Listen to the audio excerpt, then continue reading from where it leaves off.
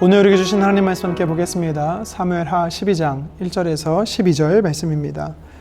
여호와께서 나단을 다윗에게 보내시니 그가 다윗에게 가서 그에게 이르되 한 성읍에 두 사람이 있는데 한 사람은 부하고 한 사람은 가난하니 그 부한 사람은 양과 소가 심히 많으나 가난한 사람은 아무것도 없고 자기가 사서 기르는 작은 암양 새끼 한 마리뿐이라. 그 암양 새끼는 그와 그의 자식과 함께 자라며 그가 먹는 것을 먹으며 그의 잔으로 마시며 그의 품에 누움으로 그에게는 딸처럼 되었거늘 어떤 행인이 그 부자에게 오매 부자가 자기에게 온 행인을 위하여 자기의 양과 소를 아껴 잡지 아니하고 가난한 사람의 양새끼를 빼앗아다가 자기에게 온 사람을 위하여 잡았나이다 하니 다윗이 그 사람으로 말미암아 노하여 나단에게 이르되 여호와의 살아계심을 두고 맹세하노니 이 일을 행한 그 사람은 마땅히 죽을 자라. 그가 불쌍히 여기지 아니하고 이런 일을 행하였으니 그 양새끼를 4배나 갚아 주어야 하리라 한지라.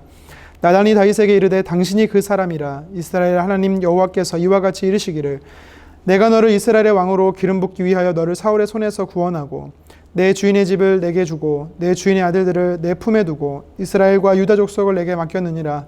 만일 그것이 부족하였을 것 같으면 내가 내게 이것저것을 더 주었으리라. 그러한데 어찌하여 내가 여호와의 말씀을 업신여기고 나보기의 악을 행하였느냐. 내가 칼로 햇사람 우리아를 치되 암몬 자산의 칼로 죽이고 그의 아내를 빼앗아 내 아내로 삼았도다.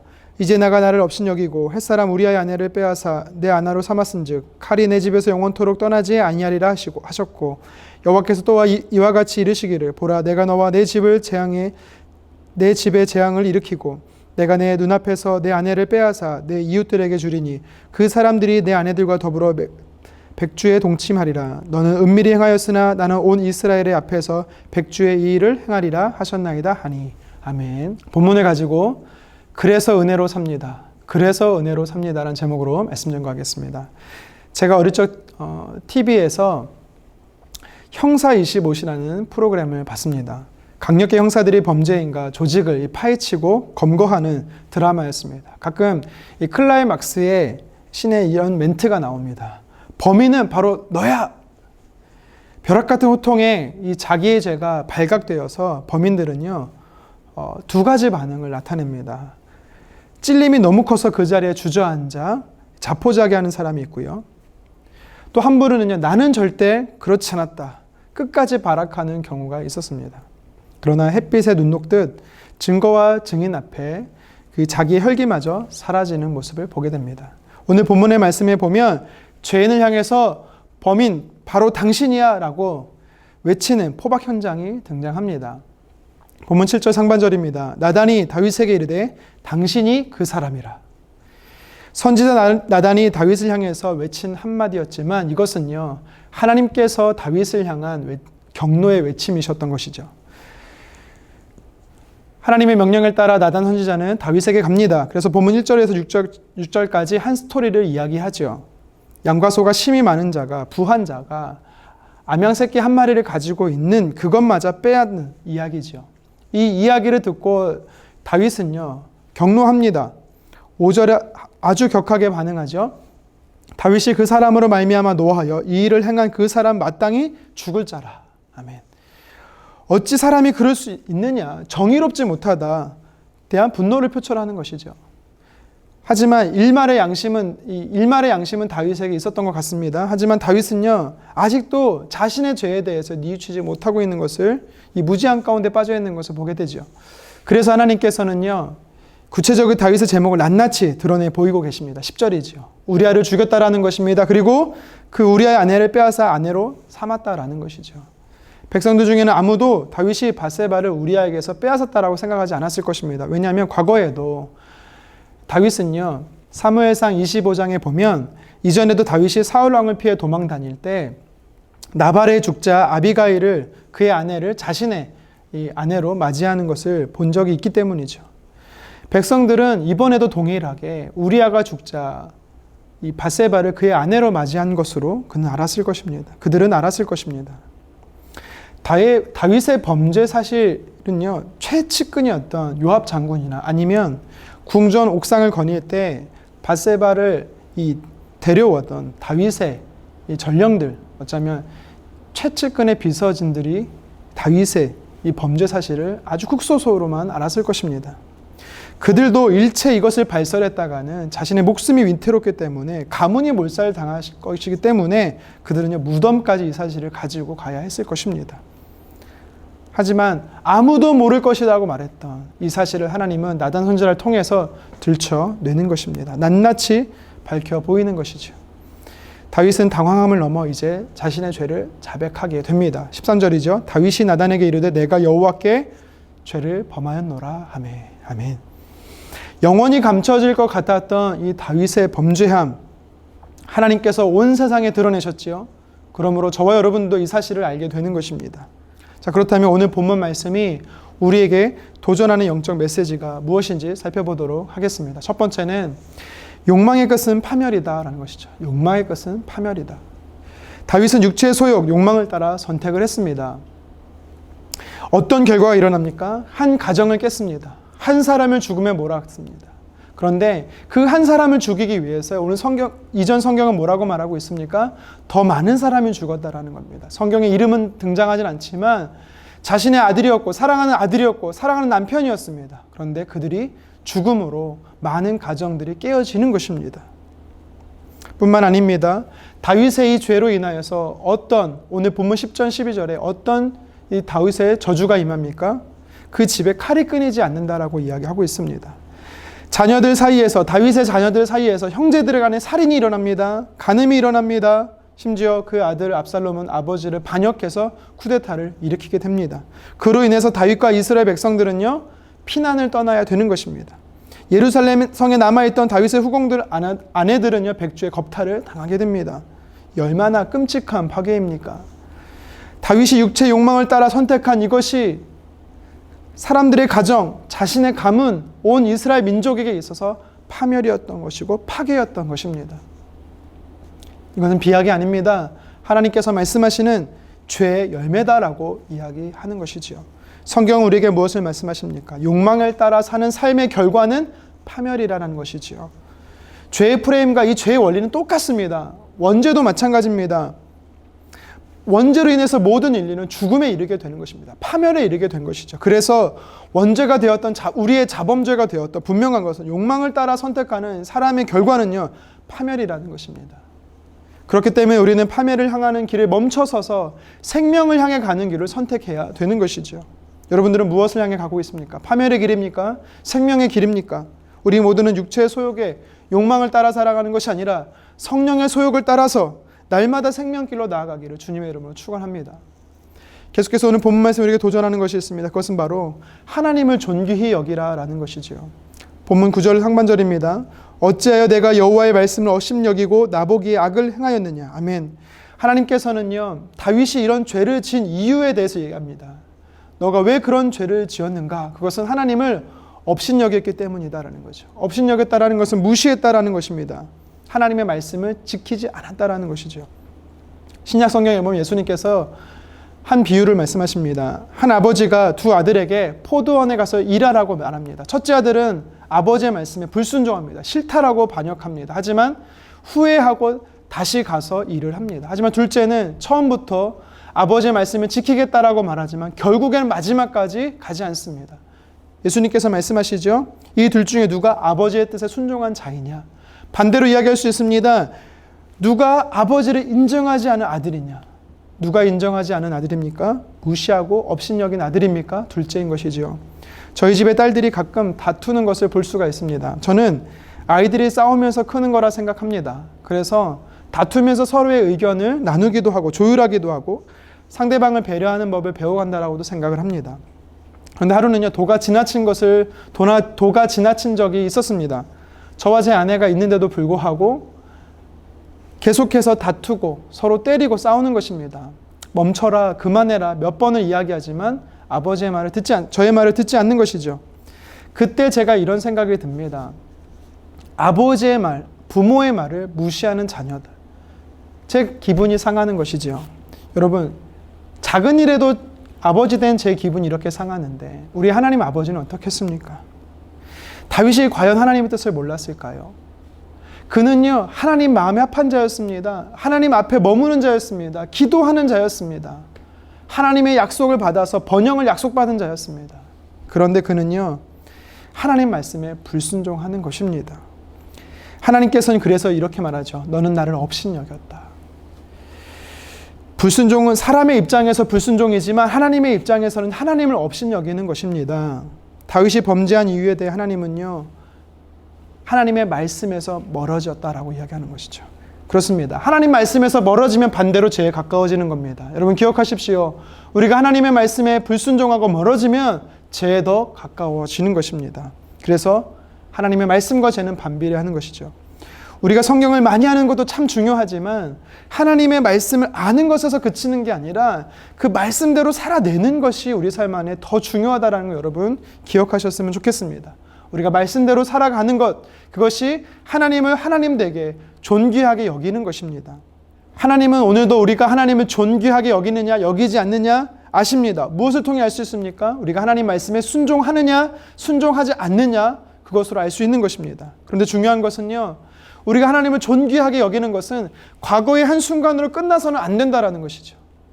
다윗은 과거에 하나님의 말씀에 순종하는 자였습니다. 하나님도 그것을 인정했습니다. 하지만 지금의 모습의 다윗은 하나님을 업신여기는 자였습니다. 순종하지 않았기 때문이죠. 이것을 보면서 무엇을 알 수 있습니까?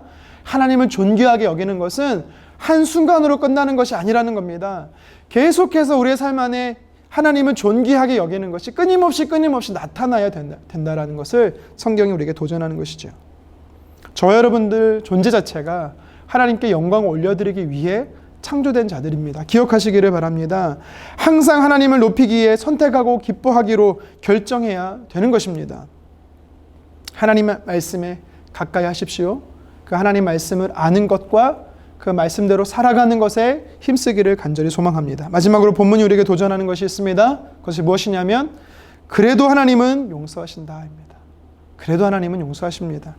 찬송가 305장 나 같은 죄인 살리신 이 곡을 작사한 존 뉴턴 목사님이 계십니다. 그는요 아프리카 흑인 노예상이었습니다. 다시 말해서 흑인을 사람 취급하지 않고 물건 취급했습니다. 그러던 중에 1784년 5월 10일 배로 흑인들을 실어 또 매매하기 위해서 가고 있다가 풍랑을 만나서 그는요 죽게 될 위기에 당합니다. 그때 그는 인격적인 하나님을 만나게 되는 것이죠. 그러면서 그동안 자신이 얼마나 큰 죄인이었고 지금 자기가 하고 있었던 일이 하나님 보시기에 얼마나 큰 죄인가를 그는 깨닫게 됩니다. 그리고 그가 쓴 시가 또 찬양이 바로 찬송가 305장의 나 같은 죄인 살리신 이 찬양입니다. 사도행전의 바울도 마찬가지지요. 그는 예수 믿는 사람을 죽였습니다. 예수 믿는 사람을 잡아서 감옥에 가뒀습니다. 다메섹이라는 곳에 예수 믿는 자를 잡기 위해 가는 도중에 성경은요 주님을 인격적으로 만났다라고 말합니다. 그가 뭐라고 고백합니까? 자신은 죄인 중에 괴순이라. 본문 13절에 보면 다윗이 하나님 앞에 회개합니다. 나단 선지자가 뭐라고 말합니까? 여호와께서 당신의 죄를 사하셨나니. 어떻게 이런 사람은 용서할 수 있습니까? 여러분, 이 용서는요 하나님 아버지의 마음이고 하나님 아버지의 사랑인 것이죠. 하나님은 용서하지 못할 죄가 없습니다. 하나님이 용서하지 못하는 사람이 없습니다. 여러분, 내가 남에게 말하지 못하고 평생 숨기고 아니 하나님은 이것을 용서하지 못할 거야 말하는 죄악이 있습니까? 우리는 하나님 앞에 가지고 나아가야 합니다. 하나님은 다 용서하십니다. 그래도 용서하십니다. 돌아온 탕자처럼 벗은 발로 나오셔서 우리를 따뜻한 손으로 따뜻한 품 안에 안아주실 것입니다. 하나님 앞에 다 아뢰어 용서함을 받고 자유함을 선포받는 저와 여러분들이 되기를 간절히 소망합니다. 말씀을 정리합니다. 육체의 욕망을 따르는 다윗의 선택은 파괴였고 파멸이었습니다. 자신뿐만 아니라 다른 사람들에게까지도 죽음에 이르게 하는 파멸이었습니다. 그가 하나님의 말씀을 가까이 하지 않고 순종하지 않고 하나님의 업신여겼기 때문인 것이죠. 우리는 포도나무 되신 주님께 포도나무 된 가지로서 늘 생명의 근원 되시는 하나님 말씀 앞에 우리는요 붙어 있어야 되는 것입니다.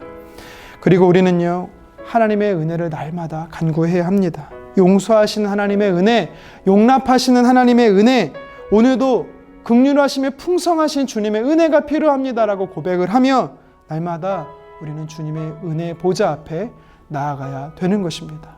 이 사실을 믿고 그래서 우리에게 은혜가 필요합니다라는 고백을 하는 오늘 하루 되시기를 주님의 이름으로 축원합니다.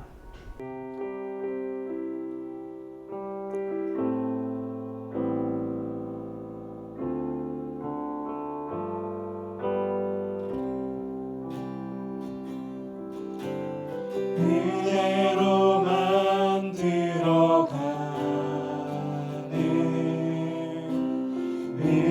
은혜로만 선다네 우리의 노력이 아닌 어린 양의 보혈로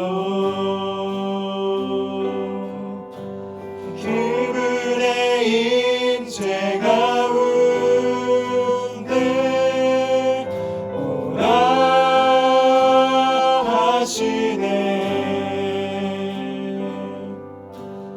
우리를 부르신 그로 은혜로 들어가네 다시 한 번 더 은혜로만 들어가네 은혜로만 들어가네 은혜로만 선다네 우리의 노력이 아닌 어린 양의 보혈로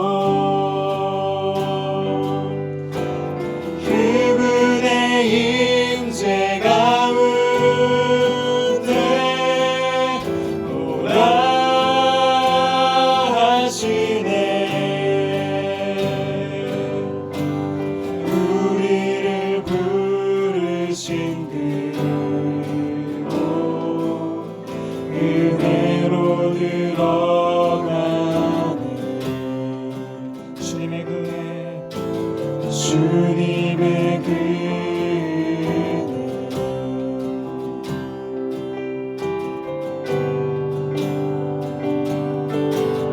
범죄한 우리가 어찌 서리요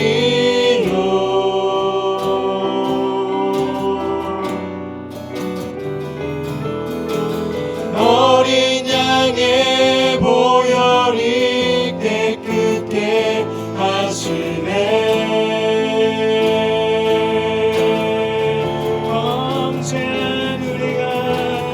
범죄한 우리가 어찌 서리요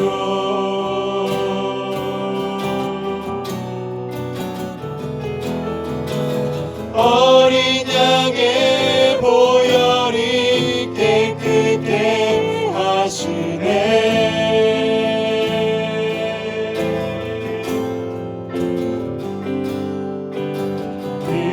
은혜로만 들어가네 은혜로만 선다네 우리의 노력이 아닌 어린 양의 보혈로 그분의 인재 가운데 오라 하시네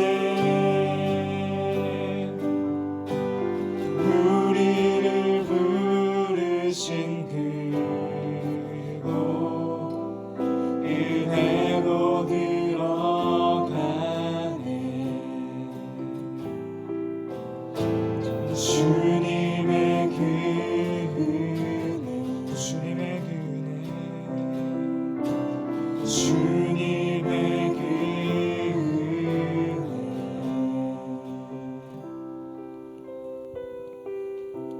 오늘도 주님 임재 가운데 우리를 초청해 주셔서 감사합니다. 내 힘으로는 하나님 앞에 설 수 없음을 고백합니다. 내 어떠함으로 주님 앞에 나아갈 하나님 보시기에 떳떳함이 없음을 고백합니다. 부끄럽고 연약하고 한없이 죄 많은 자입니다. 그런 자에게 오늘도 하나님이 은혜를 베푸셔서 그래도 용서하신다라고 말씀해 주셔서 감사합니다. 하나님의 은혜에 오늘도 감사하며 담대히 나아갈 수 있게 도와주시옵소서. 죄는 결국 우리를 파멸로 이끕니다.